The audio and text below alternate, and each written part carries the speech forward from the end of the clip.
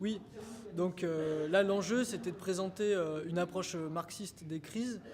pour permettre de mieux cerner un peu cet objet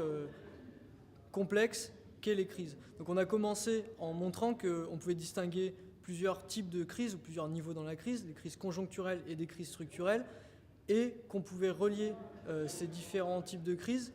et les expliquer par des facteurs communs.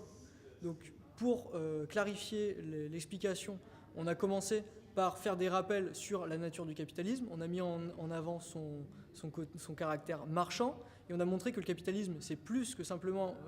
une production marchande, mais c'est une production marchande qui met au cœur de son mode de fonctionnement l'argent pour l'argent et l'accumulation d'argent. Une fois qu'on a expliqué ça, on a montré ensuite comment le capitalisme est un système qui se régule par le biais du taux de profit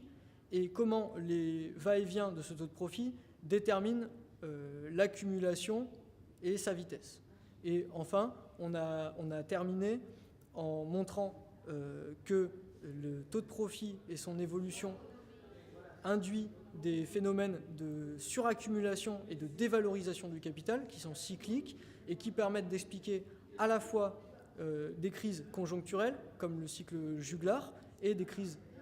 plus structurelles, comme le cycle de long terme Kondratiev. Et on a vraiment terminé et ouvert sur